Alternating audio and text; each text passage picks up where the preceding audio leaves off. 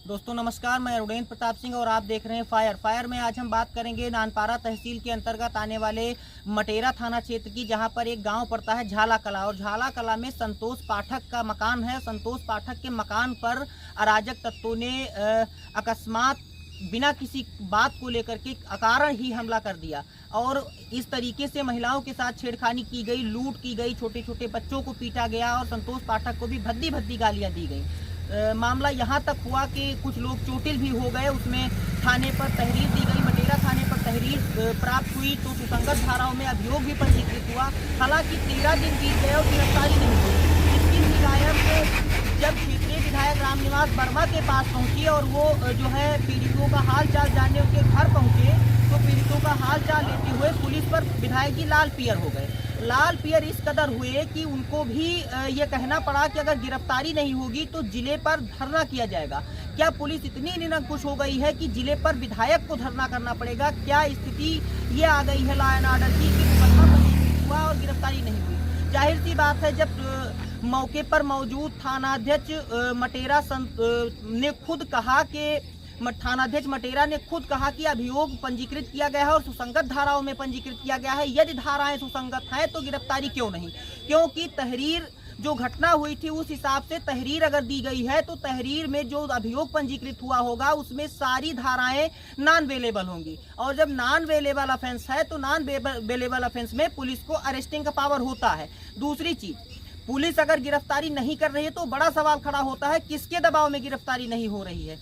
और विधायक जी सीधी तरीके से इन्वॉल्व है। एक बड़ा सवाल ये भी है कि क्षेत्रीय विधायक जिसकी मौजूदा सरकार है प्रदेश में, सूबे में जिसकी सरकार हो, जो सरकार का हिस्सा हो, जिस पार्टी का, जो पार्टी उस पार्टी का विधायक कह रहा है कि मौके पर जा करके अगर हम जिले पर धरना करेंगे, और पुलिस वहां पर जब विधायक जी ने पूछा गिरफ्तारी क्यों नहीं हुई तो पुलिस लाजवाब हो गई।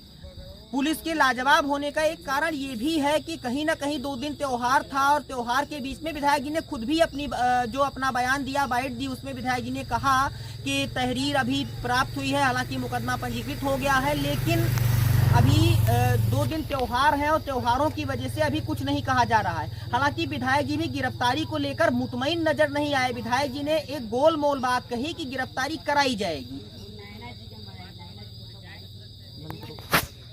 आप देखें खबर हमारे साथ, हमारे खबर में हमारे पास इसके वीडियो भी आए हैं। आप विजुअल्स देखें और खुद ही अंदाजा लगाएं कि क्या स्थिति है उत्तर प्रदेश में कानून और व्यवस्था की।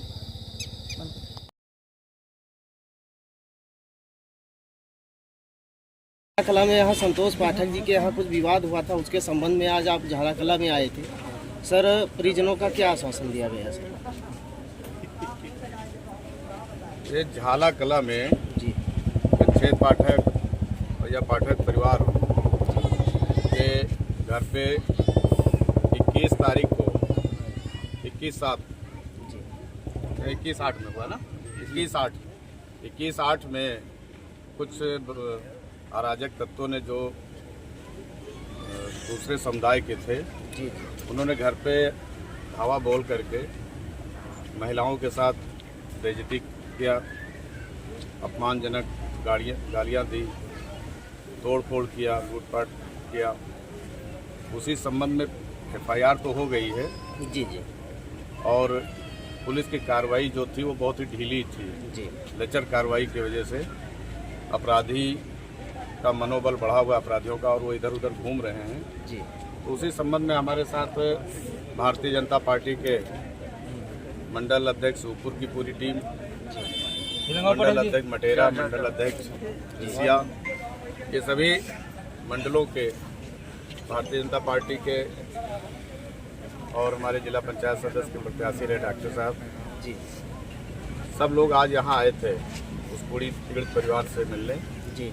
और पुलिस प्रशासन की जो रवैया है उसके संबंध में उच्च अधिकारियों से बात करने के लिए कि मटेरा थाने की जो पुलिस है उनकी जो ढीली कार्रवाई है, लचर कार्रवाई की वजह से आज तक वो अपराधी खुलेआम घूम रहे हैं।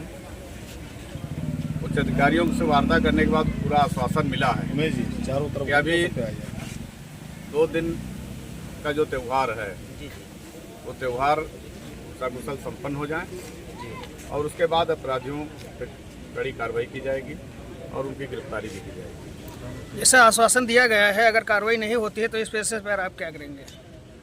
हमें पूरा विश्वास है, हमारे प्रदेश के यशस्वी मुख्यमंत्री परम श्रद्धेय योगी आदित्यनाथ जी के हम लोग सिपाही हैं और उनके राज में, उनके शासनकाल में कभी ऐसा हुआ नहीं है। लेकिन अगर होता है कि पुलिस प्रशासन ने अपना काम सही नहीं किया तो हम लोग इस विषय को पुलिस अधीक्षक महोदय तक रखेंगे, उत्तर प्रदेश सरकार के मुखिया तक रखेंगे और पूरे थाना को सस्पेंड कराने का काम करेंगे। ठीक है, उसके बाद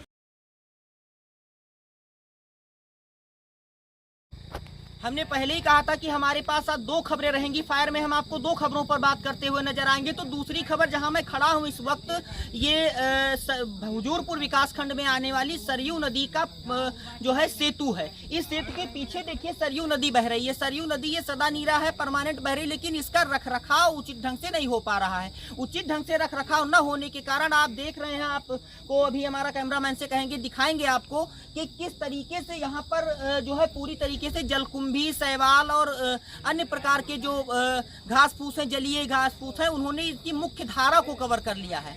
सरकार को चाहिए कि नमामि गंगे परियोजना के अंतर्गत इसको भी देखा जाए और हमारी इस नदी को भी, जो हुजूरपुर विकासखंड की शान है, इसकी भी साफ सफाई उचित ढंग से कराई जाए। आप देखें कि ये हम कैमरामैन से कहेंगे, हमारी दाईं साइड में, इधर बाईं साइड में दिखाएंगे कितना जलकुंभी और सब कुछ भरा हुआ है। हालांकि थोड़ा बहुत पानी दिख रहा है नदी में, लेकिन यहाँ पर जब त्योहार होता है, कोई बड़ा पर्व पड़ता है, तो बहुत से कांवड़िए जल भरने के लिए आते हैं और बहुत से लोग जो है यहाँ पर सुबह सुबह स्नान करने आते हैं। ऐसी स्थिति में घाटों पर जो है काई लगी हुई है, फिसलन का हो सकती है, कोई बड़ी दुर्घटना हो सकती है। और नमामि गंगे परियोजना जो है उसके अंतर्गत नदियों की सफाई करने का प्रावधान है, लेकिन सरयू नदी की सफाई नहीं हो पा रही है। सरकार से सीधा सवाल पूछना चाहेंगे, क्यों सफाई नहीं हो पा रही, कहाँ दिक्कत आ रही है? बहराइच की जिलाधिकारी महोदय से भी सवाल है कि आपके अंडर में पूरा जिला है, आपको सब कुछ दिखता है, लेकिन हमारे हुजूरपुर विकासखंड में आने वाली सरयू नदी के जो मुख्य धारा है उस पर जो छाई हुई जलकुंभी है वो नहीं दिखती है।